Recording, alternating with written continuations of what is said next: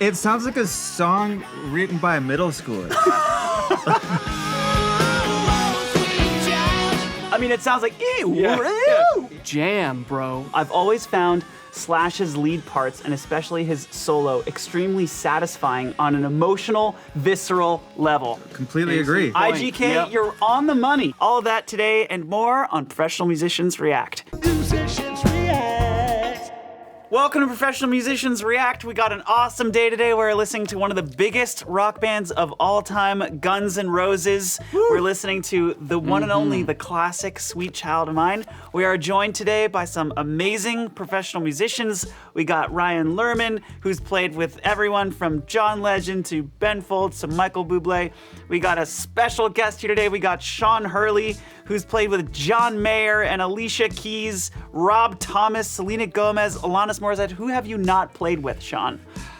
I'll get you a list. I'll submit it in email form. It's a shorter list than the list of people that Sean has played with. Who are you? And my name is Jack Conti. I am the CEO of Patreon, and we are going to talk about Sweet Child of Mine in a second. But first, we're going to ask our amazing professional musicians here, what band, what song, what record are you listening to right now that folks at home should know about, listen to, dive into? What's some good undiscovered shit that you think is flying under the radar that you think people should get into right now? That's a great question, Jack. Sean? Oh, wow. Well, one of my favorites, not only because I played on it, but I think it's really cool, is the new Night Game record, which isn't super new, but we did it, and it came out probably quarantine-ish times. Wading through the vultures in this town.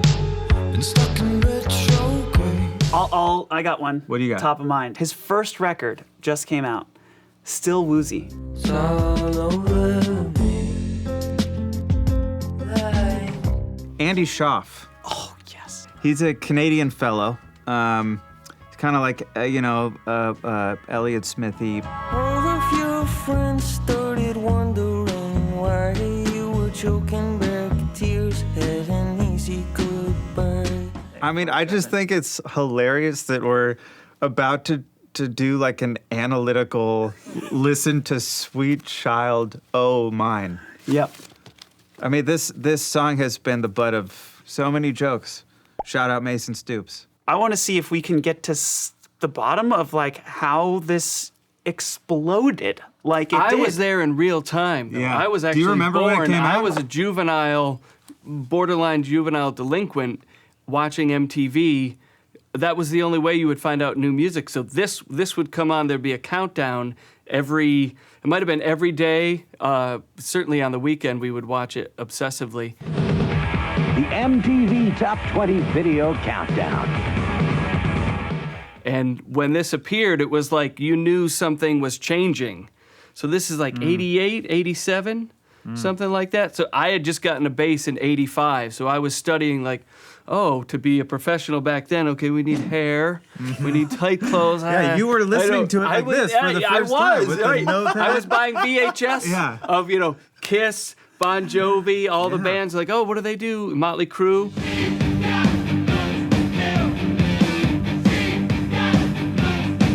So when these guys came out, we all took notice. Wow. In real time. And it was like songwriting. You know when there's a songwriting shift in music, you felt it like when they're using a certain rhythmic device or the way melodies have changed, like the Bieber melody. You to hold on, heaven is a place not too far away. Is not anything like Bobby Brown melody from, 1998. Even though they both would exist in modern R&B, Right. this was kind of one of those shift. things where like, hey, things are changing from these giant anthemic choruses to then what becomes with Pearl Jam and Nirvana. Even though off the road like motorbike. When the lights out, it's a dangerous. This is that gap where you're like, this is different. So from that perspective, great context. there was no joke here. This was not a joke. This was like, these guys are doing it differently. These guys are kind of dirtier. They're not as cleaned up as the Slicko, Warrant, Poison. Last time I came to pay my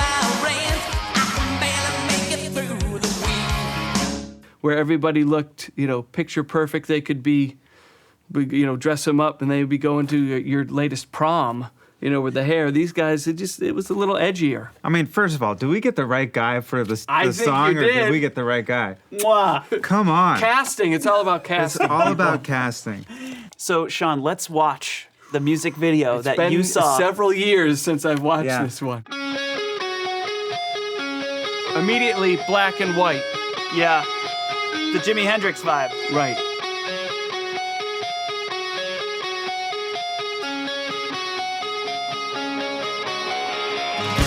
Oh, wow! Your classic behind the scenes, setting up the stage. BTS. She's got a smile that it seems to me reminds me of childhood memories where everything was as fresh as the bright blue sky. Yeah! Now and then when I see her face, she takes me away to that special Hone in on that Izzy Stradlin strummy, chorusy guitar. You're right.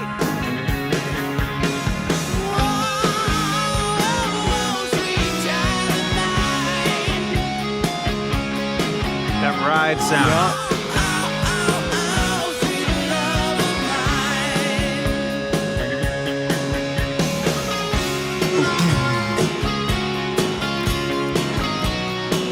Bell. It's called Tang in the Hump.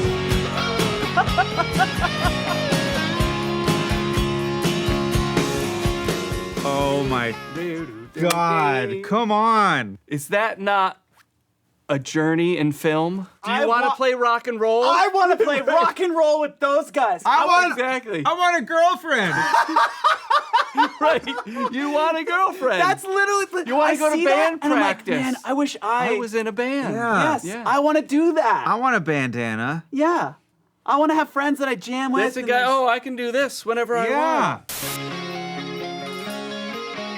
You know, the first thing that jumps out to me about it is how asymmetrical it is from a form perspective. It sounds like a song written by a middle schooler.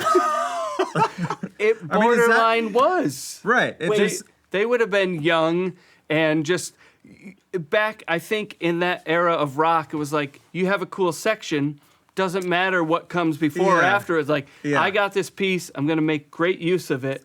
And then they have the important part. Exactly. They have And the it's- guitar riff and the chorus but and the the whole title. song is front loaded, right? Yeah. Like all the Right. goods are in Yeah. the first 2 minutes. You could cut out all You could- that stuff. I'm sure they did for a radio I'm sure edit for a or something. radio yeah. edit, Oh, I wanted to mention, we did listen to the radio edit.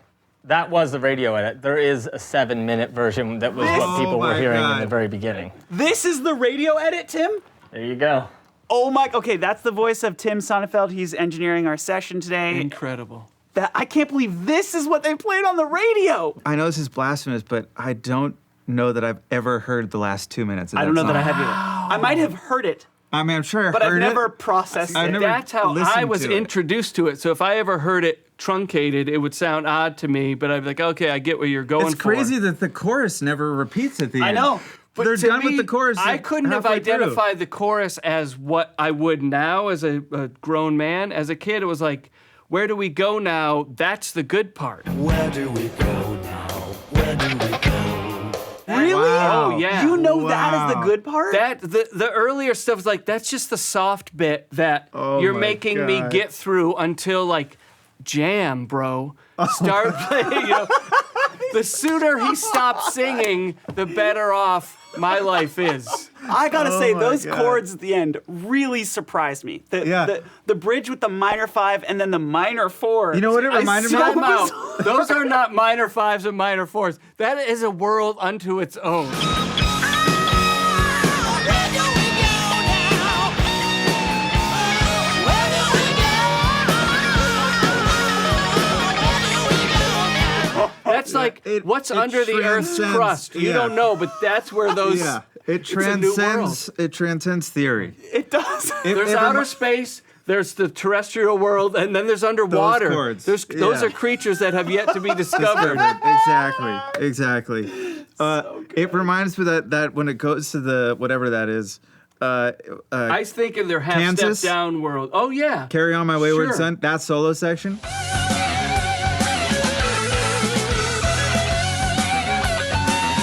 That's where it's because this is all. I feel like it's pulling a thread from the '70s Yeah. arena rock. Yes. So, what do you have? Like, we don't care about what the guitar solo's over, Right. but it's got to be cool. What's cooler be than cool and different. E? Yeah. The E minor stuff. What's cooler than that?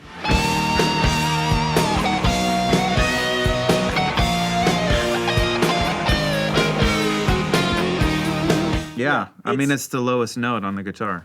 Especially when you're a half step down. Yeah. It's even lower than the It's lowest note. yeah, it's even one past that. What yeah. is that guitar solo sound? Is that just wah and distortion? Is that all it is? Yeah. Is there anything yeah, else? I think Slash, and again, as a kid, I had not heard a wah wah on a rock and roll song unless I was listening to, my older brother's funky rock and roll records that I don't know, like, are those bands even together? They certainly didn't have videos on MTV. So the first time was like, Rat didn't have it, Poison didn't have it, AC/DC didn't have it, none of the... Wow, so this is a return to wah. It's exactly. Like, Wow, I that didn't was the realize first that. use this of was rock like a and roll throwback? wah for me. So the wah is not filtering out all the distortion. So it sounds like maybe if it's from a signal chain perspective, there's some distortion before the wah, and then there's some amp distortion afterwards. Sure, I So would- you're not getting the full sweep of the wah. Right. It's not cutting out. Oh, excuse No, me. Sorry. no.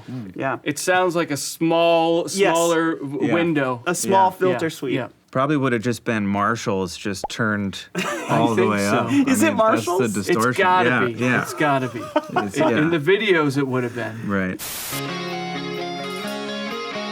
I've listened to it since I've grown up, and it holds up. Like sonically, it's robust. It's big. You can't quite tell when you're listening, but if you listen to what passes for rock and roll now, that stuff, it was done to tape. They took a long time to make it. I've met some of the engineers that worked on that record, and it was done the way you would carve out enough time to do it. It's just, you're only limited by the performers. And these guys were not a band that, hey, they're bringing in a ringer. This was the band. Yeah. But so I was going to say, despite all that, earlier we were listening to September, Earth, Wind, and Fire. Okay. And so going from that to this, one thing that's striking is it doesn't sound like ringers. The performance is not super tight. Like they sound Yeah, it like sounds like kids. a band. It sounds Right, like yeah. a band. But I don't mean It's accessible. I don't mean sloppy. Like Led Zeppelin sounds sloppy, but it's like it's a different type. It's like a very smart sloppy.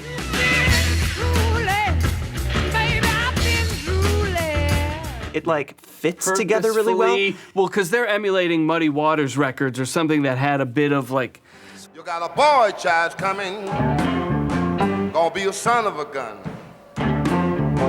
there had to be Yeah, ebb and flow a and the looseness time. and some buzz on things. Like, Yeah. I don't think there's any errant moves on that. There's audiophile wise, it stands up. Like cleanliness, because they were doing it the old-fashioned way. We're like, okay, we're gonna take 8 months to make a record, so maybe they spent, weeks getting tones. That So kind of. crazy. It was that day and age. Yeah. Isn't it crazy how long that intro lasts where it's just guitar? Yeah. It lasts for it's just the guitar and just the That's riff. why, to me, it's like, okay, the singing was just a vehicle. It's like, we want to get in as many people as we can, but once we got you, we're going to rock. We're going Yeah. to jam. We're going to give you these 2 other chord sequences that are just going to unravel. We'll bring in some vocals, Wait, but that said, so Sean, guitar. the number of times I've heard this song, I don't go to a lot of bars, but sometimes when I went to bars, this song Right. would come on.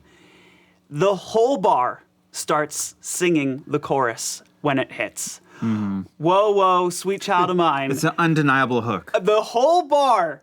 And Sure. that guitar riff, every freaking kid, it doesn't matter when they're born, every kid guitar player knows that lick and plays that lick. Yeah. So, like, Guilty. I mean, You know it. like, despite the kind of silliness of it, the hooks, maybe they're just tapping into the primal human stuff that just feels good, but there's some meat and potatoes there. Like, there's some shit that exploded. listen to the way he sings this, and listen to the timbral quality of his voice. Like, listen to this.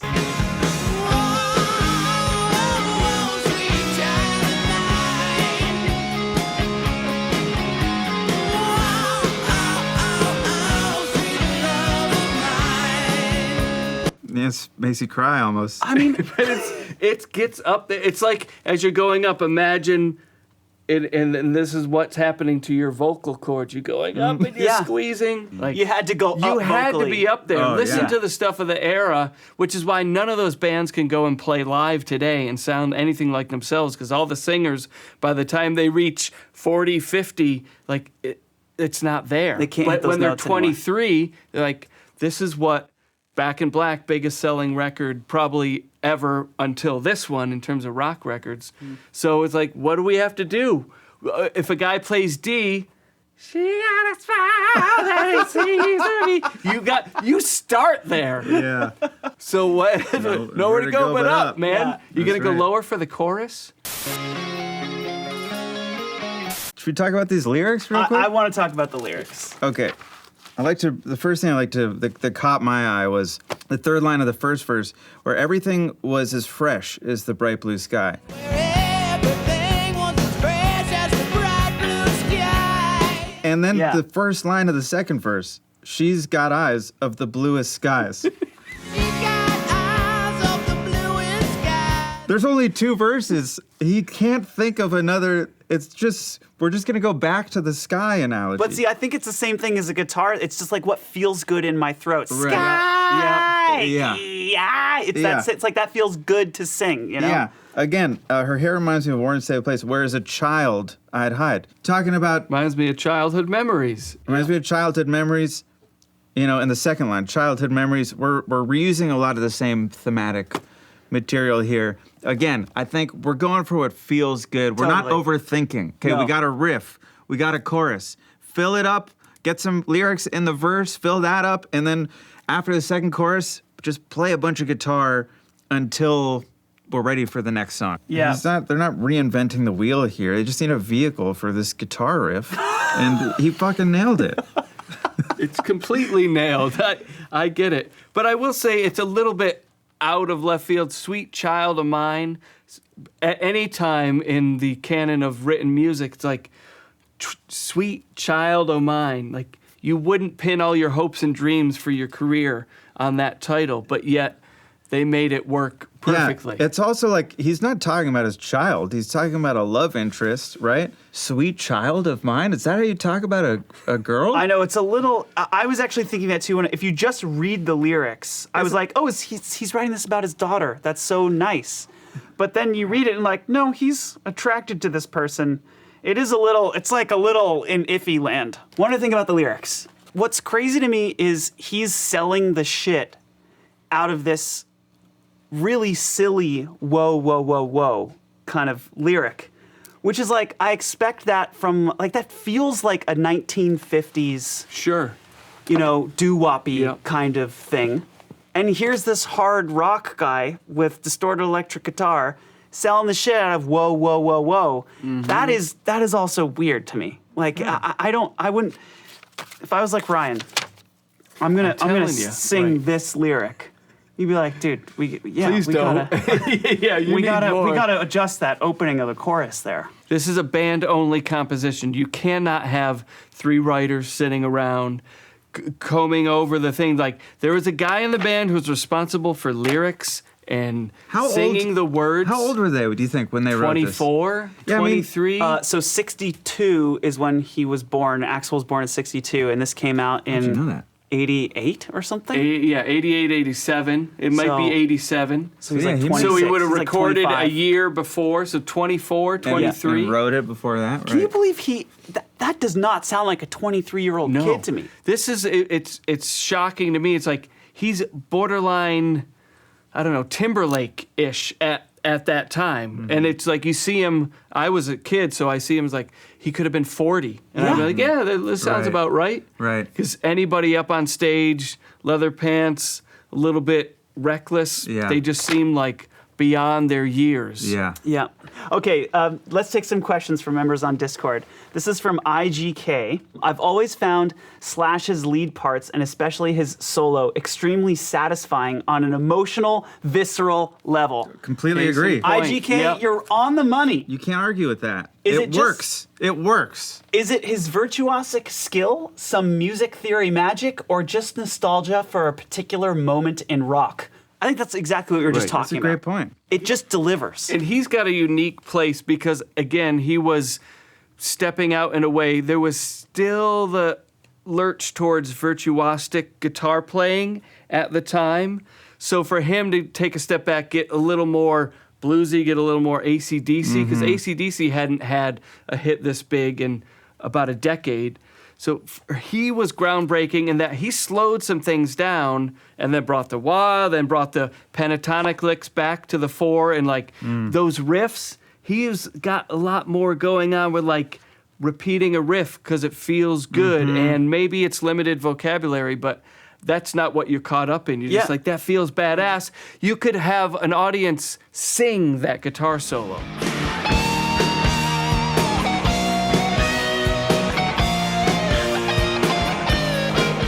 This is from Sam Merrill on our YouTube community, from our YouTube community panel. At music college, one of my tutors suggested that every part of Sweet Child of Mine was that perfect, iconic part. Do you think that's true, and what other songs share that?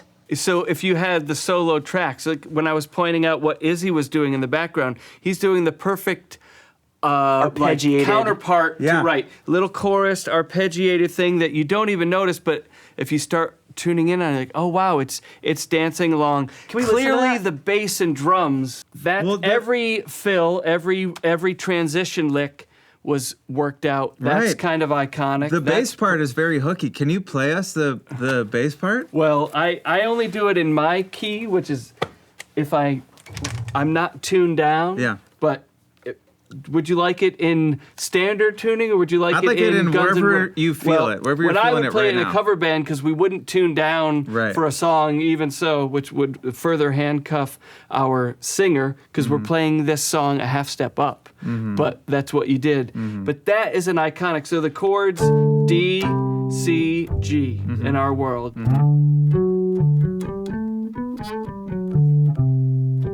I even messed up. But you can see how great he was. I would have to punch Is that in. the bass part? That's the bass part. That's the intro lick. That's a great bass part. And how it's many a hooky songs? melody. How many songs of the day would have a bass intro like that you could sing, you would hear it and go, "Oh, I know what that is." Isn't he kind of quoting the actual melody in the bass part? I mean, I guess in a way. That part? Ba, ba, ba, ba, ba, ba. Right. Well, because that's what all the guitar things, everybody, as soon as you go, again, it's like a Nick Campbell modal thing. When you go, you're playing in D now. Yeah. So it's a sus. Yeah. You go to C, now you're sus. Right. It's very rock and roll, very Leonard Skinner, very Southern rock. And that's the part that bothered you was the F natural. Because in I the was C learning, chord. hey, man. Because we're in the key of D, Right. it should be an F sharp. And then you abandon the F Can sharp. we hear what that would have sounded like? So it would go.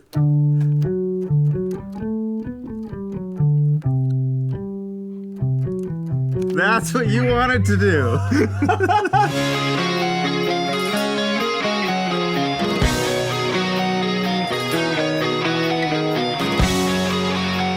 Well, what I Kick would him have out done, of the band. right, That bass line sucks. I would have done something different, but I would have avoided the F. Yes, like, right. that sounds terrible, but to me, the F sounded like, oh, suddenly Fred Flintstone walked in. Yeah. And But was it's just parallel shapes. It's just Totally. parallel Yeah. sus chords. And now, as a grown man, or even when I woke up to like, hey, music is just music, I love it for everything that it is. But at Mm-hmm. the time, it's like you make these judgments based on what you know when you're 14. Yeah. And everybody's an idiot, and everyone thinks they know better. Yeah. Like, oh, I know better than my parents. I know better than those guys. Or does he even know that he's playing out of the key?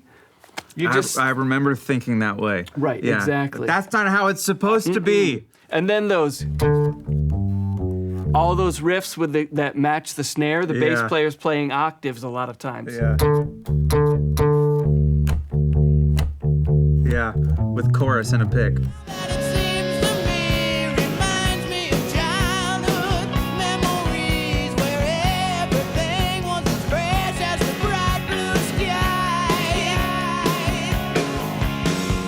Now and then. I actually don't hear the chorus on the bass. Check it out When at it's the intro. exposed, yeah. Okay, in the it intro. it may be so subtle. There it is. Maybe he turned it off, or maybe the low notes you don't hear it. I'd have to check.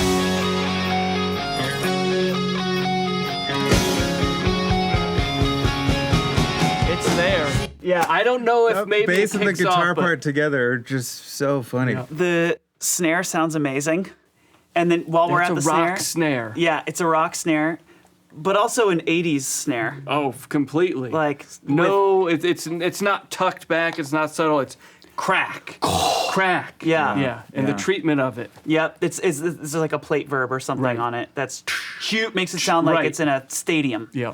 Yep. That other part after the first chorus, the guitar part, that's very iconic and hooky as well. That only happens once. Right. It's the reintro moment. Right. Maybe the other thing about that question is, the one part being the part of the whole song. Listen to the chorus. Listen to the guitar riff, and how it changes in the chorus. Right. But it's still. Yeah. It's doing do da do do da do do do. It's a complicated part. It is a complicated part. Can you play the part for us? No. You can't? I've never learned it either. But when it goes to the chorus, it's a whole I other. don't. Yeah. I mean, it's changing around all the chords. I mean, Listen to the chorus. Listen to the chorus. What did you study at college? I don't remember. I mean, it sounds like ew. Yeah. Ew. Yeah. It you- sounds like an arpeggiator. It does sound like an where arpeggiator. you got like an octave and a half Yeah. of movement for each chord. And he's just changing the octave You- on like a synth part. It would take some time to sit down and actually learn the that whole. didn't this whole happen guitar by part. accident. It's like I'm sure they said, "Hey, the intro part is brilliant. We can't lose that momentum when you go to the chorus. So, Can you what make do you it- got for us Yeah. to Yeah, then make it go fit over with these the work it chords?" out. Right. You gotta Yeah, work it do out. the sussy thing, Right. but over these new Right. chords Right. with the five. Exactly. Yeah. Yeah. Okay, let's talk about some facts, some Guns N' Roses facts. Here we go. Factoids, lightning round. Guns N' Roses are renowned for their partying lifestyle. So much so that there was another band that had to sit them down ahead of a tour and bid to control their partying antics. Who was that band? Wow, this is incredible that this band had to sit them down and say, let's lighten up a little bit. Is there a year? No. Uh, Aerosmith.